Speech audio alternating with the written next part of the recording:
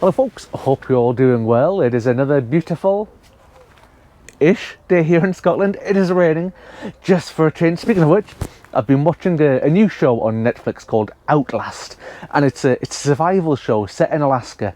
And I was watching the other day and they're going, oh, the contestants have been suffering, it's -1 degree centigrade here and it's not stopped raining for 3 days.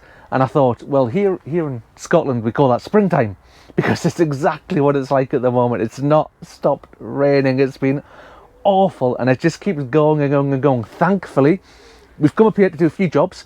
Thankfully, one of them is to check on the flooding situation. I'll show you that in just a minute there.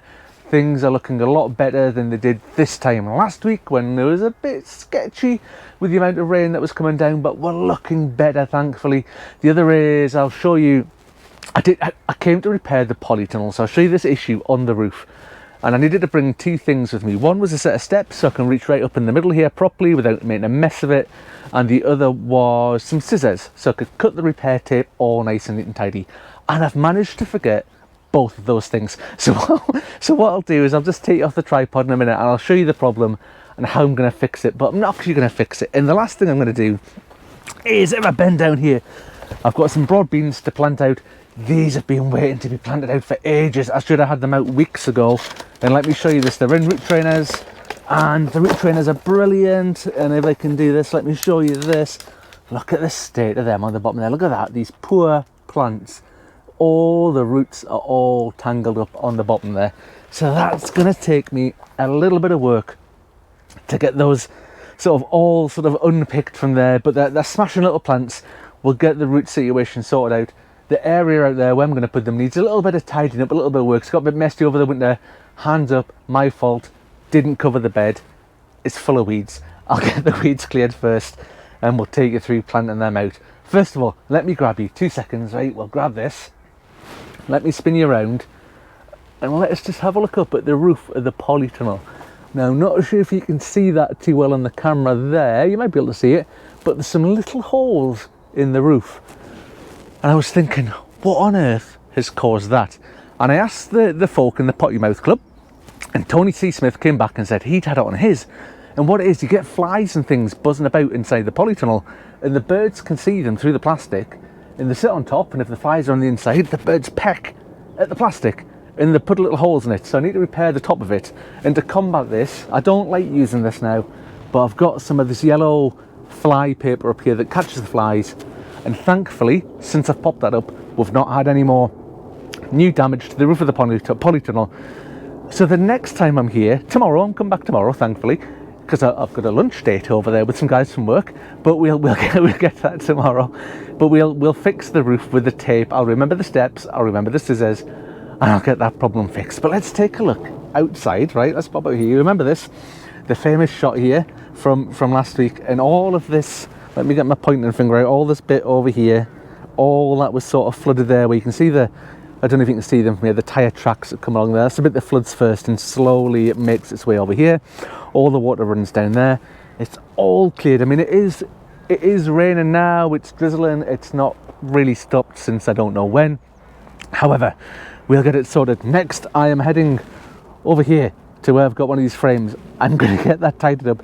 It's a bit embarrassing, even trying to show you it from this distance. It's a bit embarrassing what state that's in. So I'm going to get it tidied up, fixed up, and we'll get those broad beans out and we'll get them all set up. Back with you in just a jiffy.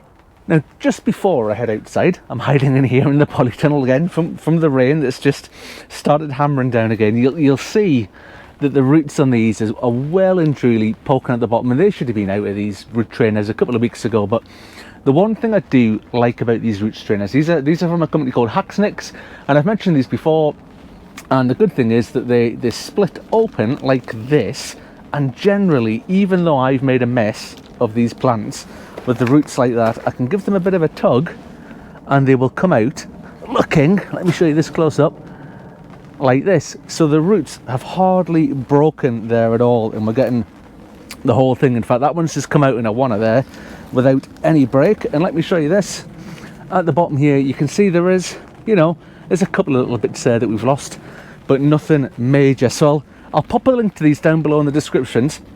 I've had these probably for about 3 years now, and they're still in good nick. They're probably still going to do me another few years. I mean, it is that sort of, it's not the best quality plastic, but it's good enough, and it does a smashing job for these. Anyway, when the rain stops, we'll pop outside and we'll get them planted out. Back with you in just a jiffy. So I'm back, and this is the area we've got here where we're going to put the broad beans in. This sort of net kind of stuff that I've got up here. It's had some running repairs, and you can see I mentioned before, this area's been a bit of a mess. You might be able to see through the other side there, there's weeds all over it, and that's hands up my fault. I didn't cover it. I should have had it covered over winter. There's a few weeds sort of tangled up in the bottom of the net in here, but that's something to sort another day when it's not raining, which is why I'm wearing a hat. So all I've done here is I've dug a trench all the way along, dead simple, and I'm going to get a good trowel full of blood, fish and bone, or fish, blood and bone, or whatever you want to call it. Maybe it's another half, just because I've missed a few bits. Get it all the way to the end there. We're going to sprinkle that along, and then I don't want that big long trail of blood, fish and bone. I'll just do up to halfway, just for now, to save you seeing the full thing. I'm just going to dig that in, because I don't want that sort of pure blood, fish and bone sitting there right on the roots of the broad beans. And you all know that these broad beans have a lot of roots at the moment.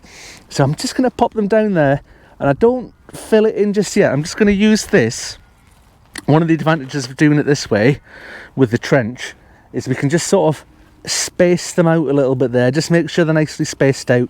And I'm maybe giving them, you probably can't see it too well from there, actually, about 5 inches maybe ish between the plants thereabouts. And I generally find that's okay. That's about a nice sort of spacing, and we'll pop them along there, and I'll come up to the middle just to there. And once I'm happy with the spacing, which I am there, just make sure that those root trainers, those roots, are about the right depth. All I'm going to do is push all the earth in that I dug out of the trench, and that's another one of the benefits of doing it in this sort of trenching method, is that I've just dug all the soil up there, and then we can just push it back in and firm that around there. And I use fresh wood chips, so natural wood chips, all the way along these paths. So I'm on the path here. If any of this mud and wood chips all get mixed in together like it is there, doesn't matter, because it's all natural. And I'm going to use a little bit of a cheat. Instead of tying them up, I've got some of these fantastic little clips that are just going to clip around the plant there, clip around the net and on there. And I think later this week we've got some pretty high winds forecast, so I don't want these, they're only little plants at the moment, I don't want them getting buffeted and bashed about and snapped or whatever else.